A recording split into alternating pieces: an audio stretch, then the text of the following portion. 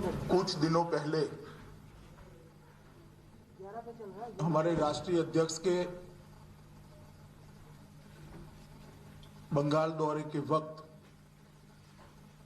तृणमूल कांग्रेस के कार्यकर्ताओं ने जिस प्रकार से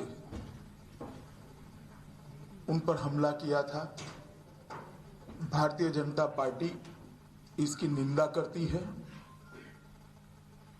और व्यक्तिगत तौर पर मैं भी इसकी निंदा करता हूं। इसकी संपूर्ण जिम्मेदारी तृणमूल कांग्रेस की सरकार की है, तृणमूल कांग्रेस के कार्यकर्ताओं की। सत्ता का अहंकार जब सर पर चढ़ जाता है तब इस प्रकार की घटनाएं आकार लेती है।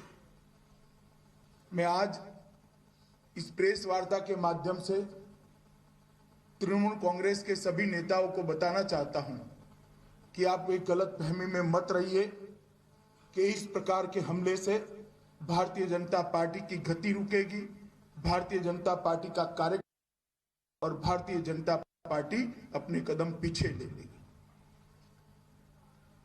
जितना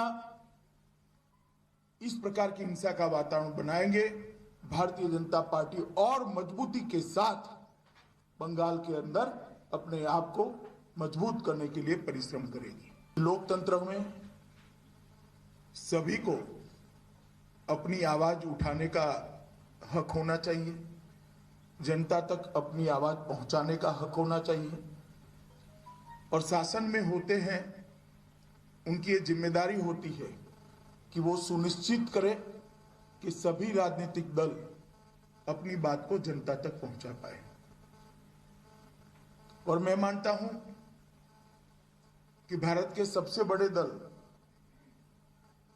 भारतीय जनता पार्टी के अध्यक्ष पर यह हमला केवल भारतीय जनता पार्टी के अध्यक्ष पर हमला नहीं है, बंगाल के अंदर लोकतंत्र की जो व्यवस्था है उस पर हमला है। हिंसा का जवाब हिंसा नहीं हो सकता, मगर भारतीय जनता पार्टी के कार्यकर्ताओं ने तय किया है हिंसा का जवाब हम लोकतांत्रिक तरीकों से देंगे और आने वाले चुनाव में इस सरकार को परास्त कर हम दिखाएंगे। Paulami Saha is joining us live. She's been tracking all the updates on Amit Shah's two-day visit to Bengal. So Paulami Shah's visit there culminating with the press conference where he's fired one attack after another at the TMC. Perhaps the biggest attack that the TMC will see read over is the dynasty attack and that about the political killings with regards to also the politics on JP Nadda's convoy attack.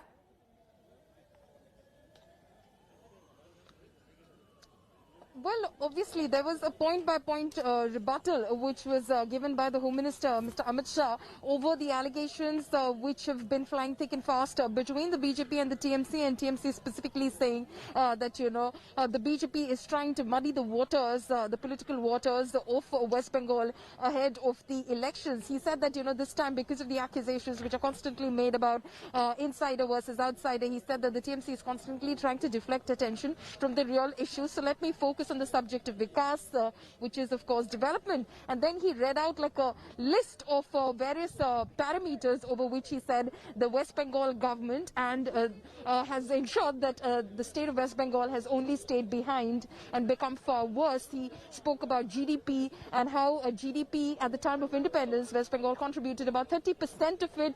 Today it contributes only 4%. He obviously spoke about the aspect of corruption, and then of course targeted the duo of Pishi and Bhaipo, as it's referred to in West Bengal, which is aunt and nephew, Mamata Banerjee and Abhishek Banerjee. He said that the party, unfortunately, the Trinamool Congress, has turned into a family conglomerate of sorts, and that is what Mamata Banerjee seems to have, concentrated entirely on, so much so that she's forgotten about the people of Bengal and about development. So he said that I appeal to the people of Bengal that give us an opportunity to correct this.